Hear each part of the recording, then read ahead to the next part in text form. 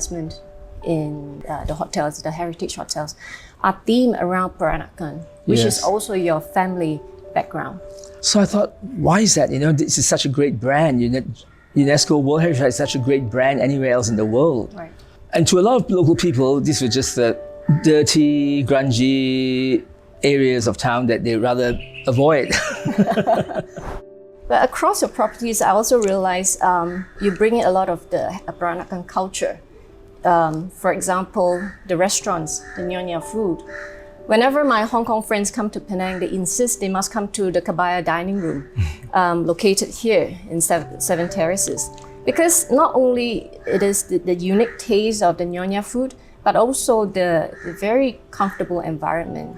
It's a wonderful dining experience here. Can you share with us what Nyonya food is about and what are the specialties? Well, Nyonya food is very much a fusion of East and West, right? It's not just Malay, it's Malay, Indian, and it's a melting pot of all the people who lived here, basically, at that time. The old Nyonya ladies always say to me, you mustn't change this, you must always follow the recipe or whatever. I think it's just ridiculous because they adapted things, so why can't I adapt things, right? It should be an organic, continuing, development of the cuisine. It shouldn't just stop there and then. So that's my philosophy about Nyonya food, is that, in fact, we probably would fuse it with other styles. Like, I would just continue to fuse the flavors of East and West and continue the journey. Yeah. So what we do here is not so much traditional Nyonya food, but basically I just deconstructed Nyonya food and try to put in another level, take it to another level. I have also shared the limelight with my chef, Zachary, who has been on this journey with me since even before Kabaya was established.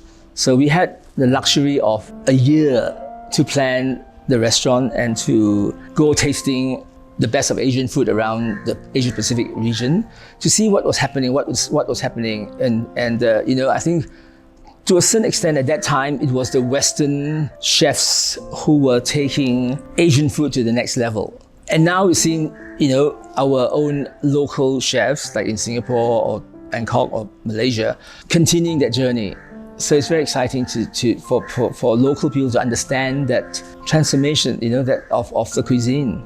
Yeah, I think we are really very blessed or very lucky to be able to stay in Penang, and within the heritage zone, we have not just the original taste. We can try not just the original taste, but also the modern part of it, the fusion, the creativity, that not many places can offer.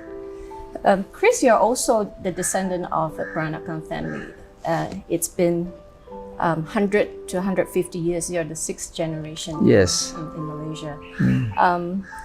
I was very lucky. I had a chance to visit your home, right? And unlike many heritage enthusiasts, you actually live inside the heritage zone. You live in one of the heritage buildings across your hotel. Yeah, it's in my DNA. I never thought about Peranakan as being anything different because we always surrounded ourselves with the culture. You just take it for granted to an extent. I thought all my friends were Peranakans as well. So, but it's only when you sort of like take yourself away from your setting, your traditional setting, that you realize how unique and special it is. So I try very much to preserve the culture, but also to make it relevant to the current generation. So I think that my job is basically to make it relevant to the current generation so that it can continue. A culture will die off if it's of no relevance anymore. And I think it's of more relevance now because of the cross-cultural marriages and the cross-cultural relations that people have, across the world. Yeah, I mean, that's right. I remember seeing the wedding room, right? It's upstairs of your house. And I think many people do not know about these traditions, or even if they know, they somehow may have forgotten. Yes. Right. So it's good that you're doing this extra mile, extra steps, so that people can remember at least You know, Yeah, well, they can origin. remember it, and then they can probably, take the best out of it and assimilate it into their lives. In rare occasions, you open up your private properties for invited guests. You've lived in modern houses, your penthouse in Sydney. How is it like living in the heritage building? From your experience, how is it? I love it because I think that it was the designers and the people who designed these houses understood how these houses should be used, right? The cross ventilation, the air well, just cools down the houses. You don't need air conditioning downstairs. When I came back from Australia, I took in all the Western world ideas of having a lot of light in the house. In the tropics, you really don't want that much light in the house, especially through glass. It heats up, you're like living in a glass hot bubble.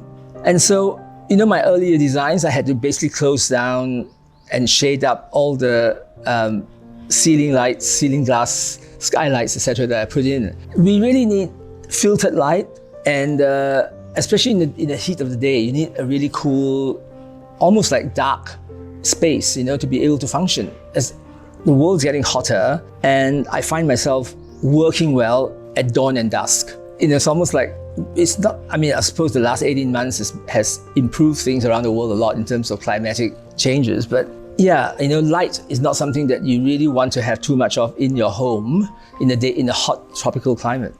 Yeah, in the heritage home, not only the open courtyard, but also 200 feet length. And with the original materials, tiles from Europe, and the wooden staircase still remains solid. These are things that you can't find in any of the modern houses. Coming back to the heritage, the straight Chinese heritage, looking into the future, Chris, how do you think the Peranakan culture and heritage can be better preserved for the future generations?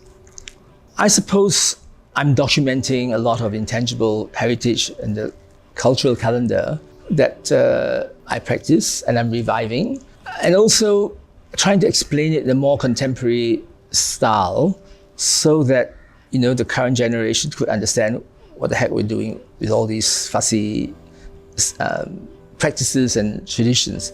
For me, it's about honoring your ancestor, about being grateful, have gratitude, and it's about celebrating the calendar, right?